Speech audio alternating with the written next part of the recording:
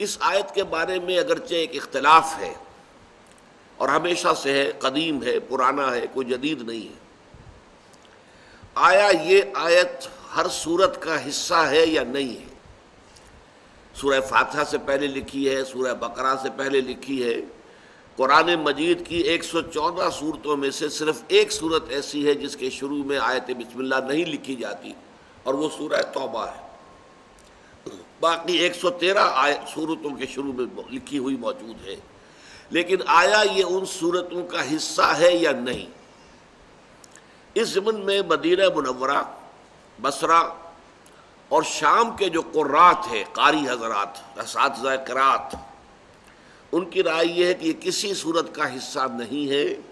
بلکہ صرف بطور علامت، فصل کے طور پر، کہ یہاں سے ایک نئی صورت شروع ہو رہی ہے، یا ان دو صورتوں کے مابین یہ ایک نشانی ہے فصل کی، اس کے طور پر درج ہے۔ اور یہ آیت قرآن مجید میں صرف سورۃ النمل میں آئی ہے، جس کی کہ میں نے ابھی تلاوت کی، کہ حضرت سلیمان علیہ السلام نے جو خط لکھا تھا ملکہ سبا کو، وہ شروع اس طرح ہوا تھا، انہ من سلیمان، یہ خط سلیمان کی طرف سے ہے علیہ الصلاۃ والسلام،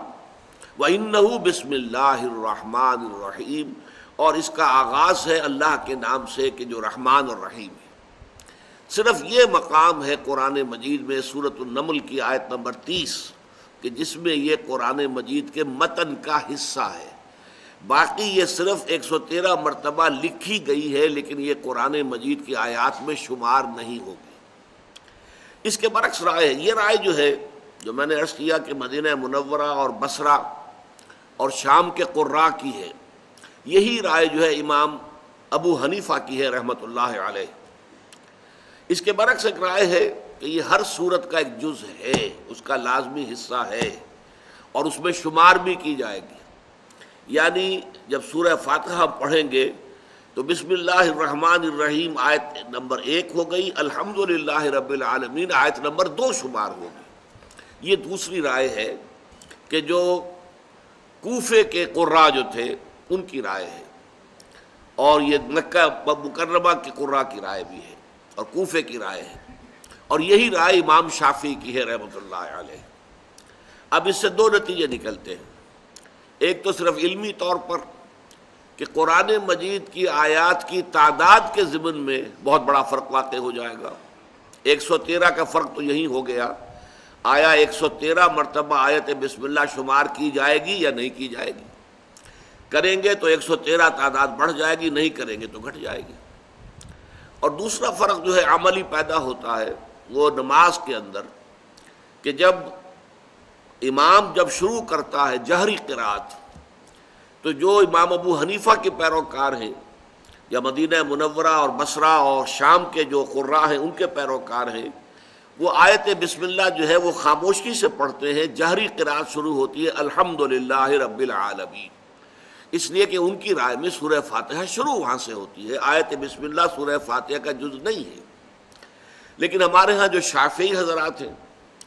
اور شوافع ہمارے ہاں اتنے زیادہ نہیں ہے، لیکن ان کے یوں سمجھیے کہ انہی کے مسلک پر اس اعتبار سے اس معاملے میں اہل حدیث حضرات ہیں،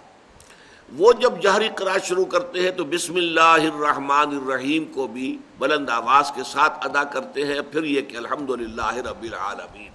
تو یہ ایک عملی فرق بھی واقع ہو جاتا ہے نماز کی ادائیگی میں۔ جبکہ نماز باجماعت ادا کی جا رہی ہو تو جہری رکعت کے اندر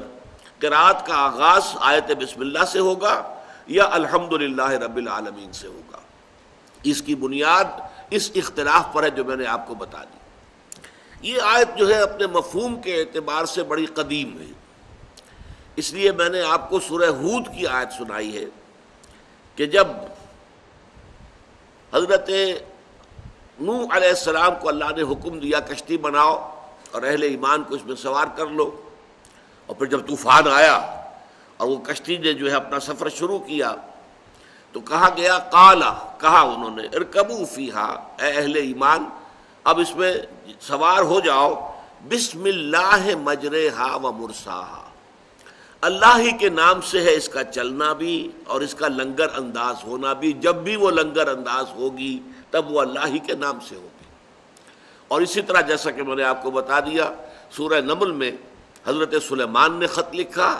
تو انہو من سلیمان انہو بسم اللہ الرحمن الرحیم، پوری آیت جو کہ تو اس خط کے اندر موجود تھی۔ تو اس سے اندازہ ہوتا ہے کہ یہ مضمون بہت قدیم ہے، اور یہ بات کہ جو کام بھی انسان شروع کرے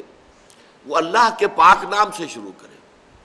اللہ کے پاک ناموں میں یہاں پر 3 جمع کیے گئے ہیں، اللہ، رحمان، رحیم۔ چنانچہ اس پہلی نشست میں آج انشاءاللہ انہیں 3 ناموں پر گفتگو ہوگی۔ پہلے یہ بات سمجھ لیجئے کہ اس سے برکت کا حصول بھی مقصود ہے۔ ہم کوئی کام کرنے جا رہے ہوں، بسم اللہ الرحمن الرحیم، گویا کہ ہم نے انووک کیا ہے اللہ تعالیٰ کی رحمت کو، اللہ کی رحیمی شان کو، اللہ کی رحمانی شان کو، کہ اللہ تعالیٰ ہمارے اس کام میں برکت ڈالے، ہمارے اس کوشش کو بارآور کرے، نتیجہ خیز کرے۔ پھر اس میں یہ کہ جس شخص کو یہ عادت ہو جاتی ہے اس کے لیے ایک طرح سے یہ ایک انتباہ بھی بن جاتا ہے کہ کوئی کام شروع کرنے سے پہلے کوئی بھی کام تھا اور اس وقت اس کو شعور نہیں تھا کہ یہ کام جو میں کرنے چلا ہوں جائز بھی ہے کہ نہیں ہے، صحیح بھی ہے کہ نہیں ہے، لیکن جب کہے گا بسم اللہ الرحمن الرحیم تو اچانک چونک جائے گا کہ میں جو یہ کام کرنے چلا ہوں یہ تو اس اللہ کے حکم کے منافی ہے، یہ تو در حقیقت حرام ہے، ناجائز ہے، لہذا اس پر تو بسم اللہ الرحمن الرحیم گویا کہ بالکل اس کی متضاد کی حیثیت رکھتی ہے۔ تو یہ ایک جو ہے ایک سیلف وارننگ کا کام بھی اس آیت مبارکہ دیتی ہے کہ آدمی جب اس کو پڑھے تو یہ ایک شعور اس کے اندر پیدا ہو جائے، وہ ذرا سوچ لے، نگاہ باز گشت ڈال لے ذرا کہ جو ارادہ میں نے کیا ہے، جو کام کرنے کا میں نے فیصلہ کیا ہے، جس کا میں آغاز کرنے چلا ہوں، وہ صحیح بھی ہے یا نہیں، کہیں غلط تو نہیں، حرام تو نہیں، ناجائز تو نہیں۔ تو اس اعتبار سے ہر کام سے پہلے آیت بسم اللہ کا پڑھنا، ہر نیک کام سے پہلے تو لازماً، لیکن جب یہ عادت بن جاتی ہے تو پھر انسان ہر کام سے پہلے پڑھتا ہے، اور اس میں ایک طرح کی وارننگ جو ہے وہ اس کے لیے حاصل ہو جاتی ہے۔ اب آئیے اللہ تعالیٰ کے نام سے کہ جو رحمان ہے اور رحیم ہے، اس آیہ مبارکہ میں اللہ تعالیٰ کے 3 نام آئے ہیں۔ اللہ، اگرچہ اس سے پہلے ہمارے جو بھی اسباق ہو چکے ہیں 4، اور میں یہ لفظ آ چکا ہے، بار بار آیا ہے، لیکن میں نے اس کی وضاحت جو ہے اس کو اپنے ذہن میں مؤخر کیا ہوا تھا اسی درس کے لیے کہ آیت بسم اللہ کا درس ہوگا تو پھر یہ کہ وہاں تفصیل سے ان تینوں ناموں کے بارے میں بحث کی جائے گی۔ اللہ، الرحمن، الرحیم، 3 عظیم نام ہیں اللہ تعالیٰ کے۔